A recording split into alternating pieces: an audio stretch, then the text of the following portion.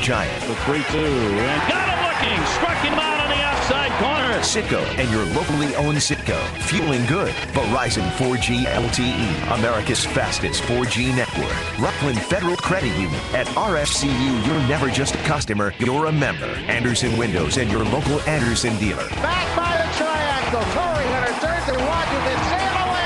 CarQuest Auto Parts. Great people, great products, great prices. Harvard Pilgrim Healthcare. Count us in. D'Angelo. Think with your stomach. Ford Trucks. Built Ford Tough, the official truck of the Boston Red Sox. He scores! And the Red Sox win it!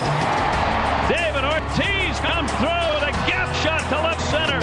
Arbella Insurance. Here for baseball fans, here for good. Shaw's, the official supermarket of the Red Sox Radio Network.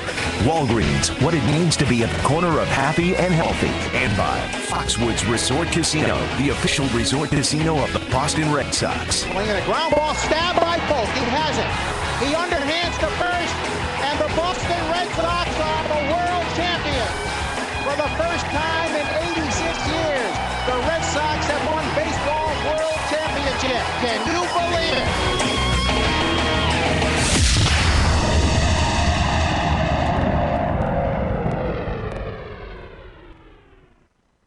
Thanks for listening to Red Sox Baseball on AM 1420 WBSM. We now return to our regularly scheduled program, which may be already in progress. 93.7. With regard to vitamins and supplements. It's a very scary prospect. 7,000 high school students drop out every school day. That's one every 26 seconds. So here's a 26-second message of encouragement. Hi, I'm Stacy. Look, I've been there. It's tough. And I just want to say, if you find yourself feeling negative, use it as motivation. Let it be like the fuel in the fire to keep you going. Because the best is yet to come. Seriously, you're capable of great things. Things you probably haven't even dreamed of yet. So don't quit now. See you at graduation. Do you have 26 seconds to convince a student to stay at their desk? Now you can share your message of support at boostup.org. We can't keep students in school. Visit boostup.org and take the first step. Brought to you by the U.S. Army and the Ad Council.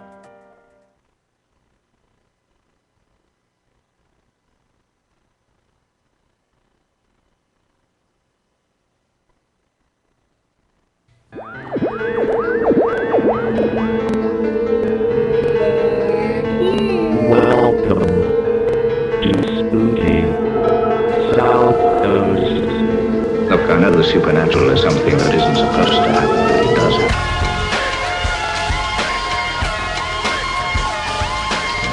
AM 1420 WBSM presents Spooky Southcoast with your hosts Tim Weisberg and Matt Costa.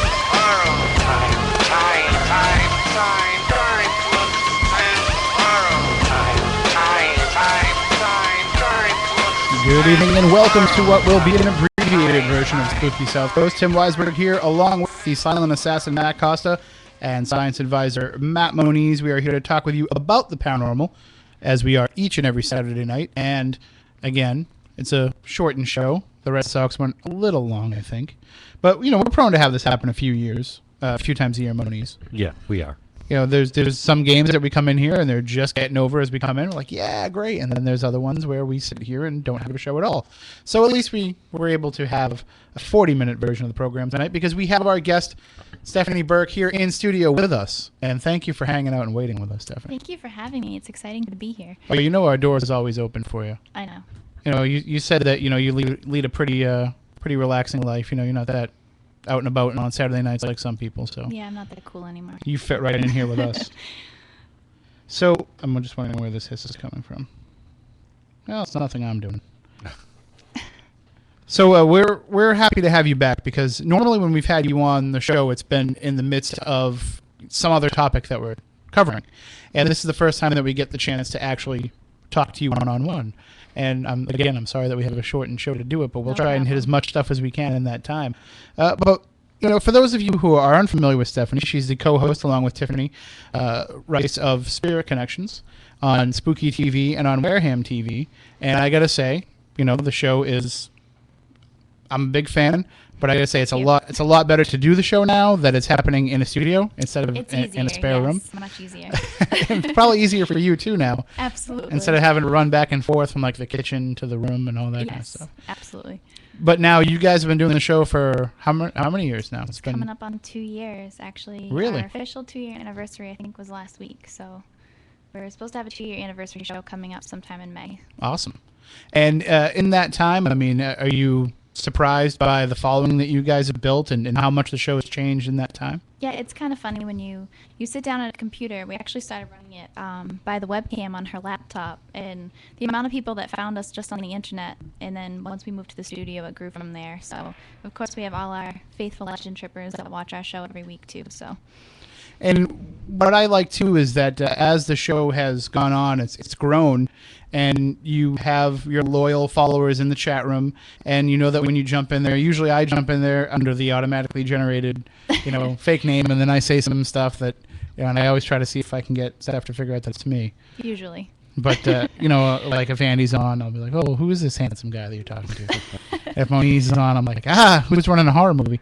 But what probably is the biggest challenge, though, is now you're taking phone calls on the show. Yes, we are. And, you've still got the problem of people see 2 spirit mediums there and they want to call in and have a reading done. Yes. But you're there to present other topics and other guests to people. Right. We actually have people calling in when WCTV reruns the episode from Tuesday. They rerun it on Friday evening and Sunday afternoon. So the phone number is actually connected to my cell phone. So my phone's ringing during those 2 times with people calling in asking for a reading. So I end up having to redirect them a little bit, but it's cool to know people watch. Now, Matt Costa, you're working on Spirit Connections now. Yeah, I'm giving them a hand here and there. What, do you have an official title? No, I'm just kind of like the guy who stands there with a notebook and criticizes, I guess. Yeah. Awesome. He gives us homework every week. That's what we call a producer. I do give homework. We call that a producer in the business. Yeah. And so you are, you're there and you're seeing all this stuff happen. Is there a way that you can kind of, express to the powers that be over there that they need to fix that phone issue so that maybe poor Steph isn't getting phone calls? Well, I guess I guess there has to be some sort of powers in the powers that be. That's true. We try. It doesn't happen. So it's and I'm afraid it's not their fault. I'm afraid the answer to that question though would be then we just won't rebroadcast it, and we don't want that to happen. No, we don't. It's much like the BSM studio. We need a fancy. No, we can't do that anymore. Oh yeah. Well, be under the old management, that is. Under the old when we had the old board and the old system. Not with this new company, right? No, which is outstanding. Absolutely, Town Square Media. Town Square. We decided that we can't say bad things about the equipment anymore because they've upgraded everything. Yeah. And also because that was our shtick to kind of cover the fact that we didn't know what we were doing. So we blamed it on the technology here, but it was probably our fault. But we're better now. And also, I've noticed too with Spirit Connections that originally when I talked to Tiffany about doing the show, she had an emphasis on a lot of paranormal related guests and a lot of people who work in the spirit medium field. Right. But it's gone all over the place. I mean, you've had guests that have to do with healthy living and we've done cooking shows. We do all kinds of things. I was pretty impressed with because that was fun. They can't take a phone call in the air, but they can move everything into the kitchen over there to film. Absolutely, it's really cool. But I love to focus on the mind, body, and spirit rather than just paranormal or mediumship. And when you're doing a lot of this work, whether you're in the paranormal or mediumship or anything else, you're always curious to that other factor that comes in. Like if you're doing spirit work, you need to kind of ground your body a little bit, know what you're feeding yourself, make sure that you're doing the right things to keep yourself healthy. And if you're a healthy eater, you might be interested in kind of going over to the meditation side of things or doing a little bit of spirit work. So it's kind of well-rounded now. And one of the other aspects too of the show is that it is on YouTube, so if people miss it or if because the way that it originally worked is we had them broadcasting over Spooky TV with their camera and that worked for a while, but then they just became too big and they had to move to a real studio and have a real team behind them. And so now it's still broadcast on Spooky TV, but it's also on Wareham Community Television. So if you can't watch it live on Spooky TV or if you can't catch it on WCTV, of course, it's out on YouTube. Right. And also I know that it's on Tiffany's website too, right? Yep, we do it the website. We actually broadcast it. We post it, I should say, right on Facebook, Twitter. You can find us pretty much anywhere now. And if you are interested in spiritual matters and you want to, follow along with the show, you can subscribe to it on YouTube. Yes. And we're working. Chris and I have been talking too about possibly getting audio podcast versions of it as well. That's or maybe even video podcasts, because with iTunes you can do the video podcast too. So that might help as well. So that might be something that happens further on down the line. I'll let you guys figure that out. It's a little technical. So. It's too technical for us too, believe me. That's why it hasn't happened already. But now that's something that most people probably know you for, is doing the TV show. But you also do a lot of work at your own shop here in New Bedford. Right. I do all kinds of different things. Not only do we do the TV show, but I'm also a spirit medium, which means that I can communicate with those that have passed on to the other side. We do table tipping as well, which is a physical form of mediumship. And I also offer It Works body wraps. And that's a relatively new thing that you've been doing over the last, year or so? I've been with It Works for a year and a half now. It'll be 2 years in December. And you're just setting all kinds of records for it. Yes, because I am. people just keep going back. They love the product. I can't keep them on the shelf, to be honest. I'm always selling out, and people absolutely love the products. I know Matt here just tried one. Yeah. I was actually impressed with the results. Yep. Now, for those who aren't familiar with them, what are these wraps? How do they work? So they are an all-natural botanical body wrap that just comes pre-lotioned. You put it on, and it helps to tighten, tone, and firm in 45 minutes and progressively works in your body for 72 hours afterwards. So that's, if you're somebody like me, having it done isn't going to be a cure-all. If you're built like me, you can't just wrap yourself up and then look like the guy on the beach. You'd be surprised. Really? Yeah. It's actually, it promotes healthy living as well. So we have a bunch of different supplements and things like that. You do have to drink water in order to make them work, so it makes it even healthier. You can do as many as you want. So we also promote diet and exercise as well, because that maximizes results of anything. So. Right, and you should anyway. Yes. I mean, everybody should. Even I'm trying to live healthier and better. I think everybody is nowadays. I find that the more I do this kind of stuff, the more I realize, I look at the paranormal field and I'm like, yeah, there's a lot of fat guys in the paranormal field. I can probably get away with this. And then I realize, it takes a physical toll on you. It does, absolutely. And when you're, we talked about this a little bit off the air too, but, doing the spirit medium work and doing the wraps, you get a lot of crossover in the clientele. I do. People come in for a wrap and they find out what I do, and then they take my business card. I've had requests for readings and a wrap. And then vice versa. If people come in for a reading, they find out what else I do, and it kind of works hand in hand. It helps both businesses, actually. And from a business standpoint, it's great that they can work together. Absolutely. But from a person's well-being standpoint, they probably work well together as well. And that's why I wanted to get into it, because we're doing so much. We're go. Here's stuff to actually help you maintain a healthy lifestyle, and that's important. When you're doing spirit work, you need to make sure that your body's healthy as well. So, and vice versa. And I know that this is something that has come naturally to you over your life, the spirit work, I mean. Yes. But do you find that you've had to kind of tone yourself into it as years go by, both physically and mentally? Do you have to do a workout for yourself? I'll do certain things to keep my abilities fresh, I should say. I actually use my husband as a guinea pig a lot of the times, which is awful. Sorry to hear that. He's sitting behind me right now. But as I grow older, I spent a lot of time, some people know my story, some people don't, but I was born with a gift that did run in my family, and I spent many years running from it, probably around my teenage years. I wanted to be cool, I wanted to hang out with my friends, I didn't want to be the weird one with the abilities. So when I got closer to, I think, 20, it was pretty much impossible to run from. It wasn't easy. It was getting stronger, and I've noticed I'm 25 now, and it's still getting stronger as I grow older. The more I practice with it, it's kind of like playing a musical instrument. The more you practice, the better you get. So if I'm sitting at home and I'm not sure, kind of bored, I'll use my husband as a guinea pig for like telepathic communication, things like that. So. And does he have abilities too that he just denies? Because I see him shaking his head there. So. Yeah. Well, I've watched firsthand her send a message to him, and I watched him actually turn around and answer the question that she did not say verbally. You know, a lot of times too, married couples, and you guys this will happen to you eventually. Mm-hmm. I know that you're still relatively new in the process, but eventually you'll have that conversation of, we just don't communicate anymore. So you really can't let her say that anymore, because you can say, well, you can just, you know what I'm thinking. Literally. Yeah, he still gets surprised though. We've been together for 5 years now. I think it's been 5 going on 6. And he'll go See, as a woman, she can get away with not knowing exactly what. Right, but if he didn't know and she asked him, yeah. Right. So he'll ask me a question and I'll answer it before he's even done pronouncing the first syllable of the question, the sentence, and he'll still say, "How did you know what I was gonna say?" And I just kind of laugh to myself. I was like, "All right, I shouldn't have asked that." But it still gets surprising. I still surprise myself sometimes, so it's fun. See, my wife used to always say, like, we'd go into a restaurant and see an old couple sitting there having breakfast, and one would be reading the paper and the other one would be doing crossword puzzles, and she'd always say, "Gee, I hope we never get like that, where we don't even have a conversation with each other." But for all she knows, they could have been having a conversation with each other just like you guys Right, you are. don't know. He can't run from me. Right. So, having these abilities, and when I first met you, you almost seemed embarrassed to say that you had the gift.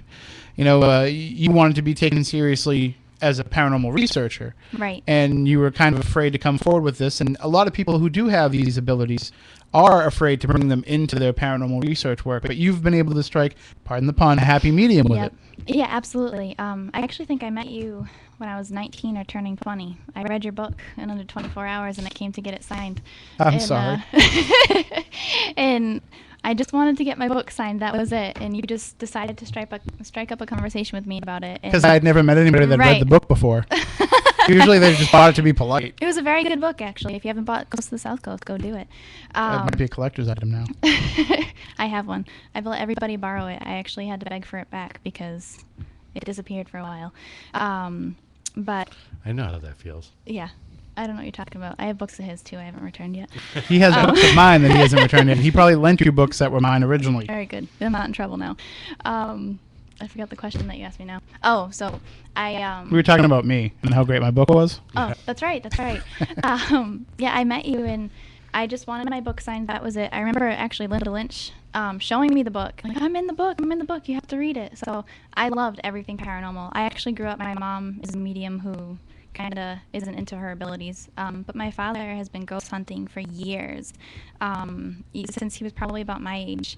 He used to travel everywhere because my grandparents owned Paragon Travel, and he would go, and every time he goes someplace, he'd kind of check out the ghost stories and things like that. And I remember being a child, I'd probably say maybe 3 or 4, and finding infrared photos from an old camera and asking why they were a funny color. And that's, like, I've heard all these terms growing up, so I loved everything about the paranormal, and that's what kind of got me into it. I was good with hiding my abilities for a while, but after hanging out with you guys, it was kind of impossible after a while. Well, I was going to say, it must be hard to deny them on an investigation anyway, because, when we first started doing this show, I have to admit I was kind of wrapped up in the quote-unquote science of it, and I wanted to have more verifiable data than just what somebody was telling me. Right. And as the further I've gone into it, I've realized whatever is happening, it doesn't matter whatever those numbers show. They call it the unexplainable for a reason. Exactly, and it's the personal aspect of it that makes it powerful. Right.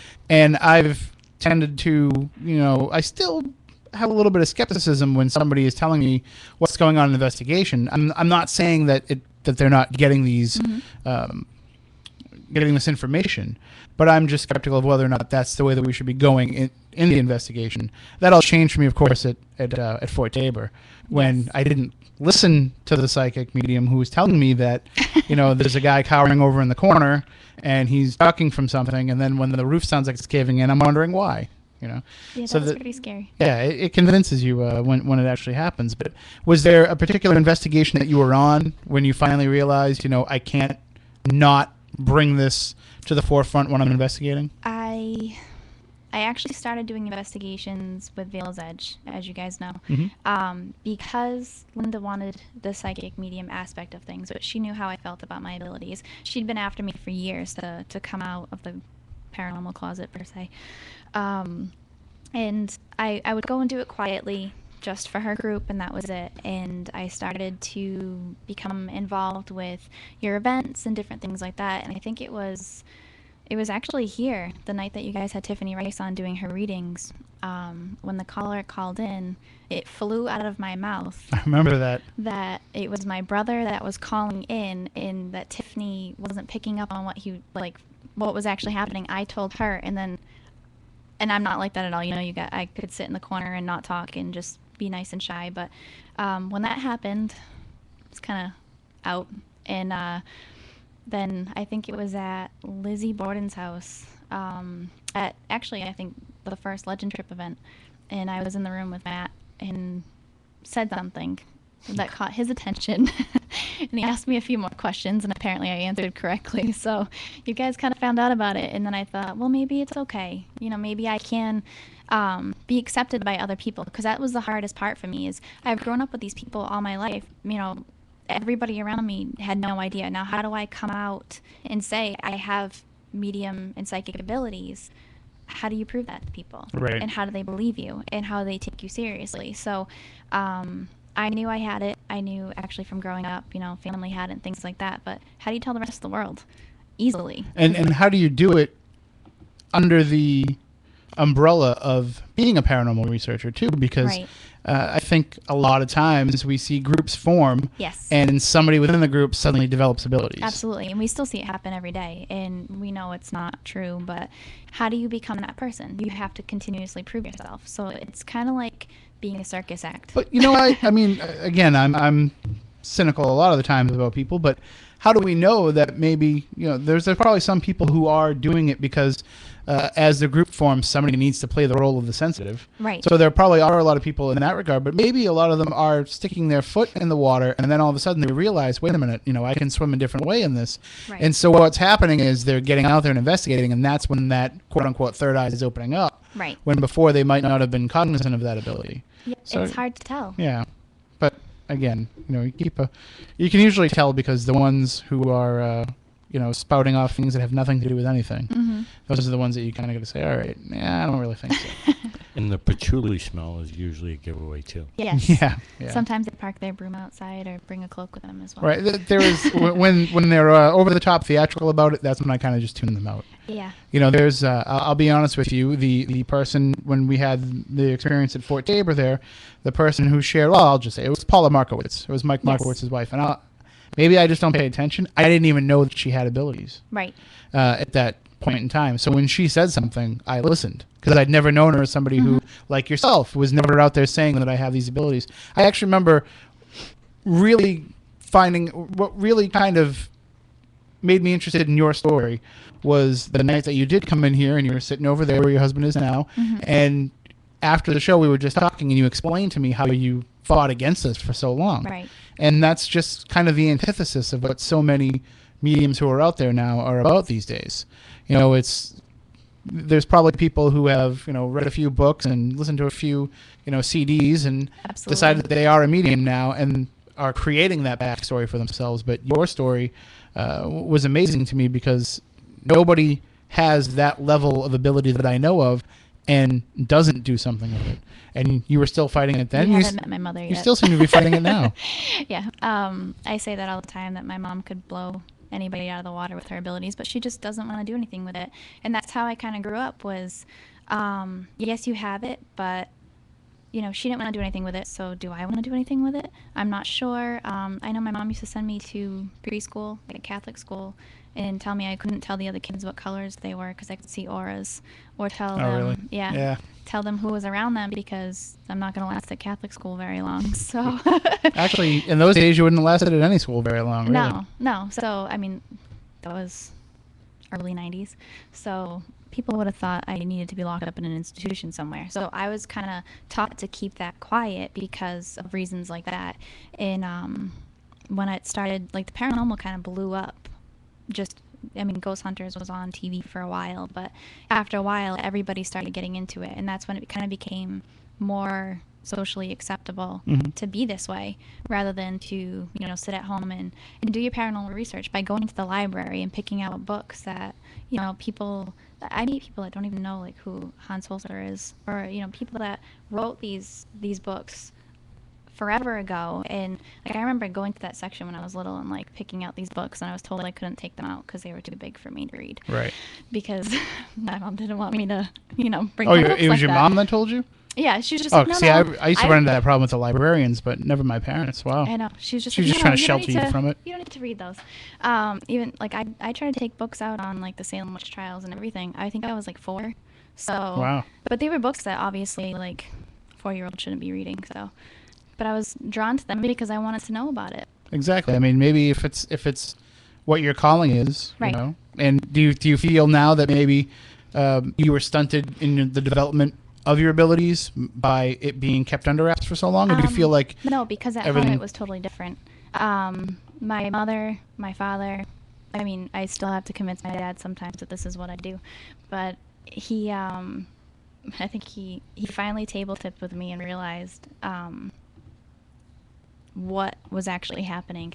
My grandfather was actually in a plane crash when he was in the Marines, and the pilot ended up dying, and he said, I'll believe you if you tell me the name of the pilot. And it's not documented anywhere or anything like that. So, and he knew that. So I came back and I told him the answer. He's like, okay, all right. And it was the guy's nickname. It wasn't even his real name. So he's like, okay. He's like, nobody knows that. I get it. And he's had so many experiences, and he's still got that skeptical mind of I'm not sure. But at home, my mom never pushed it one way or the other. She just let me be who I was. She just told me, obviously, when you go to school, you can't say that stuff. But it was always kind of nurtured, if that makes sense. No, I understand, and it's kind of how a lot of kids' talents in different areas are fostered. It's at home, and then when you get out in public, you can't do it. Like Moniz was a world champion nose picker. I mean, hard. he could pull out some whoppers, but well, with a nose like this, it's hard not. You couldn't show it off. Well, one of the things about coming forward with this, though, in doing it as a paranormal researcher is there's automatically a stigma associated with people who investigate in that style. And like I said, we have the quote-unquote science of ghost hunting, which I'm rolling my eyes at these days more and more. Yes. Because the more I find out about how much faith we're putting in equipment, and how easy it is to manipulate them or to get false positives from them, the more that I am less dependent on those, and I'm more impressed with what a person can share. Mm-hmm. And do you still find that if you go, say you get called by a homeowner, somebody who wants you to come in and investigate, and you go in there, and are they expecting you to show up with a vest full of gadgets, and that's what they care about? And then when you say, well, I am able to kind of tune in, and they're like, I'm not really interested in that. To be honest, we get a lot of calls now because people want to hear what we have to say. Not like they'll have a paranormal group in, and they, how equipment works, and how spirits work. You could either get 50 EVPs or nothing. It could be crickets, and they're not satisfied with those answers, or they're not completely satisfied with what they get as a result from the investigation. Sometimes people like to see both hand in hand, but a lot of times we get calls that they want us to come in, check things out, tell them what's going on, because it's a lot easier that way. We also get calls because people kind of want the free reading in the midst. Like, they don't want to pay you to sit down for a reading, so if you come to their house and accidentally pick up on their loved one that just passed 6 months ago, it's easier. But either way, I think people are kind of leaning more toward that way now rather than all the equipment. The equipment can be overwhelming for homeowners, I think. And for researchers. So many of them don't know how to use it. I don't know how people do it. Well, how to use it correctly. Yes. Exactly. Yeah, everybody can turn it on and make it light up, but they don't know why it's lighting up or what they're doing that's making it light up. Mm-hmm. But this leads into a question from the chat room from Low Battery Dave. And if anybody wants to call in with a question, we have about 15 minutes left in the show, so you can do that at 508-996-0500 or 1-877-996-1420 if you have any questions for our guest, Stephanie Burke. But you can also jump into the chat room on Spooky TV at SpookySouthcoast.com as well. But Dave wants to know, if you are able to make this connection with the spirits, then how come they don't give you hints or information about how we can better reach out and communicate with them, how to better investigate their presence? The way that I understand it is when they come through, we're kind of asking for the connection when we start. It's not, they don't just come immediately flooding in. We're asking if anybody would like to communicate with us. here's your chance. Most of the time, you know, everybody in this room isn't walking around saying, okay, if anybody would like to connect with me, please do so now. And most of the time, people are kind of blocked off from that. You almost have a block up because it's easier to kind of go through your everyday life. You wake up, you eat breakfast, you go to work, you eat lunch, you eat dinner, you go to bed, repeat, times 7. People don't realize that they're so busy with the hustle and bustle of everyday life that they don't take the time to connect. Mm-hmm. Most of the time, they are getting signs and they are hearing things. Everybody has intuition. You know, that little voice inside that kind of tells you, hey, you know, pull over for a second, and all of a sudden you avoided a car accident. Or you get that feeling of somebody's going to call your phone. I bet you this is who it is. You look, that's who's calling. So it depends on how tuned in you want to be, and you have to want to be kind of tuned in, I guess you could say. I mean, I don't think that I have any kind of abilities. A few people have argued with me, but like I remember when I was a kid, you know, the phone would ring and I'd say, oh, somebody died. Right. Like, and I knew that it would be one of my mom's, you know, older relatives who had passed away, or not really specifically, but and I'm sure that you hear a lot of stories too from people who, you know, they have you come in and investigate, and you're telling them the kind of thing that you're picking up on, and they will say to you, oh, you know, that's happened before, and I just never thought about it that way. Right. Everybody has that ability, but whether or not you recognize it for what it is the issue. Or intentionally ignore it, right. as I'm sure some people do. I used to intentionally ignore. I shut off my abilities, I can't tell you for how long, because I did not want to deal with it. And it was to the point where things would happen so blunt and in front of my face that I couldn't ignore it anymore. And that's when I kind of just said, okay, fine, I give up. Wave my white flag. I'll talk to you. Because I didn't want to do it. I didn't want to be that person that talked to dead people. Absolutely. Well, we do have a living person on the line who has a question. And again, we want to remind everybody, if you do want to call in, 508-996-0500, but we're not doing readings over the air, especially tonight where we're up against the clock. Yeah. But maybe, you know, sometime down the line we can have Stephanie come back and do that. I'd love to. All right. Good evening. You're on Spooky Southcoast with Stephanie Burke. How you doing? Good, brother. I've listened to you guys off and on for the last couple of years, and tonight I'm sitting here and I'm over. I left this building I lived in for 6 years. I lived on the 3rd floor, and I used to be told that sometimes when I wasn't home, some of my neighbors would say they heard somebody or lights would go on and go off. Oh, wow. I'm like, yeah, okay. So I left this building last June, and I moved back about 3 weeks ago. And my friend had passed away in this unit specifically. He had lived in this building like 17 years. So I was unsure if I was going to come back or not, and I'd been injured. I got out of the hospital for a health issue, got injured, and for some reason that day while I was in the emergency room sitting and waiting, I started thinking about, because I was frustrated and angry. I just got to have major surgery. How do I get my strength back? And for some reason I was sitting there and they were just about to give me medications, and it's almost like there was somebody in the room with me, but there was nobody.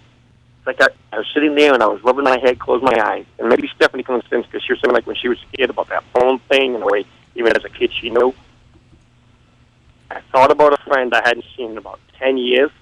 He's in medical profession, and he walked in the room and said, "I heard your name at the desk. Are you okay?"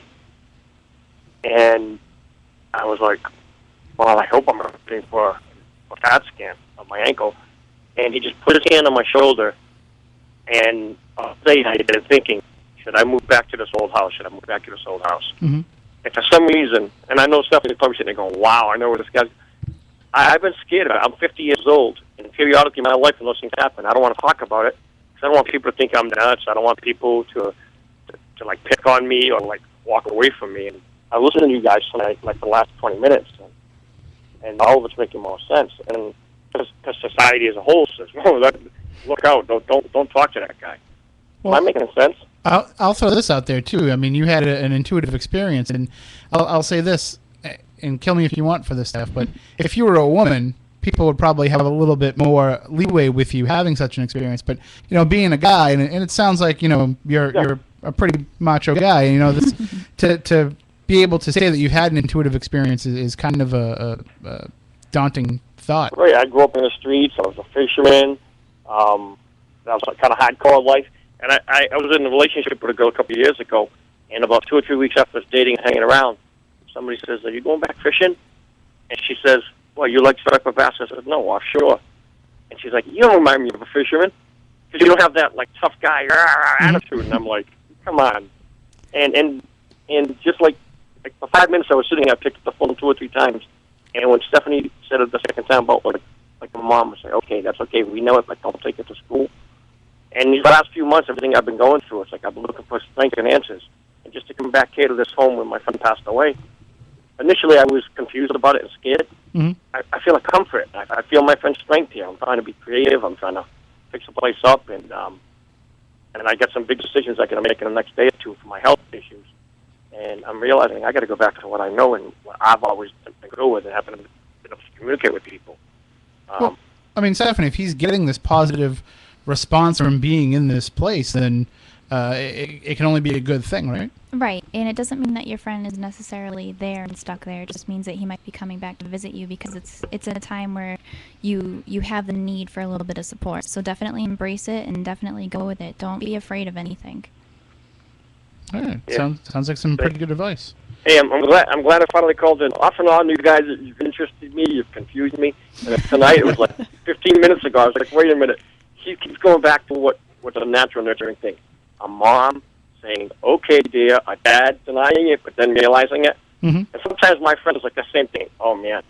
For me, my thing, which I actually went to a psychiatrist about 10 years ago, was it's not just about that feeling of, oh, who's on the phone next. I'll think about somebody, and I get this coldness, like I'm the only person in the room, and I can be in a room with 100 people, and I'll think about somebody or somebody connected to them, and within an hour, it's happened since I was like 12 years old, so now we're talking like 38 years, we find out somebody passed away. And because of recently people passing away, me having a serious surgery where I might not have come through it, it's very risky, it's like I've come on the other side and I'm stronger. And I don't want to tell people I'm stronger because it's like, yeah, okay, you're just being macho. And I'm glad you mentioned that. Because a man thing, we're not supposed to say that. Mind if I I ask? definitely look forward to listening to you guys, and I'll plug in again. Thank you.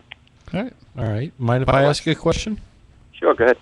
Did you have anybody come to you looking to see about your health in your family? In other words, knowing that you had a problem? No, actually, it's been new people in my life and but no family members. Okay, other closer people, but in other words, people got attracted to you knowing that you had something going on in your life, correct? Yes. Okay. Look to those people, because those people, from my observation, would be people that would be able to help and support and understand you. Because I feel like I could just say, here it is, and not like even think about what they think. And I just got to get this out of me because it's stressing me out. It's holding me back. That's why I'm telling you to go talk to them. I appreciate that. Thank you All right, very well, much. thank you so much for the call, and thank you for listening. Thank you. Have a great night. All three of you, actually. Bye-bye. All right. Yeah. See, I mean, that's the important thing is when people have the signs and then they have the intuitions, they need to pay attention to it and be accepting of it, because if you don't pay attention to it, can you dull it and kill it and eventually make it go away? From my own experience is what I'll talk from. I couldn't make it go away no matter how hard I tried. I think it's always there underlying no matter what you do, but the best thing is to believe in yourself and stop doubting yourself, because if you kind of embrace it, it gets a little bit easier to deal with, I think. And I can answer part of the negative side of that, because I've dealt with psychics and mediums, for many, many years, and I've seen the ones that try to repress it have poured themselves into a pipe or a bottle, or they become self-destructive, and it means to quell. No pun intended, but to make the voices stop. Yeah. Right. Yeah. Well, we have about 5 minutes left in the show, but we have another call here, so let's take it. Good evening. You're on Spooky Southcoast with Stephanie Burke. How you doing? Great. How are you? Oh, we're doing well. You have a question for Steph? Oh, I may have missed this portion of the show, but I just wanted to ask Stephanie, what were some of the inklings that let you know that you had something special about you? When did you start to know? To be honest, I don't know how to live any other way but with my abilities, because I grew up that way with my family having the abilities, so I was kind of just born into that. When I started to realize I was different from everybody else, probably in my teenage years, I realized that other people didn't have the experiences I did, or things were becoming stronger for me and different things were happening, and I was able to predict a lot of things that were going to happen. I actually got into a car accident in my teenage years, and I heard somebody yell at me right before it happened, put your seatbelt on. And had I not done it, I would have gone right through the windshield. So it was things like that that kind of made me feel like I can't ignore this anymore, and I am different from everybody else. And where does somebody kind of draw the line between, well, for instance, I think of a song that I really enjoy, and then the next minute it comes on the radio. That happens to somebody maybe 3 or 4 times a week. Is that some sort of indicator? That's your intuition. That's psychic. It's not so much medium, but it's you kind of tuning into that might be the next song on the radio, and it'll happen. Or it could be that if it's a song that has some kind of sentimental value toward a past loved one, if you're thinking about it, it pops on the radio. That's just them showing you a sign that they're around and they know what you're thinking. Oh, thank you very much. You're very welcome. Thanks for calling. You. Have a great night. You too.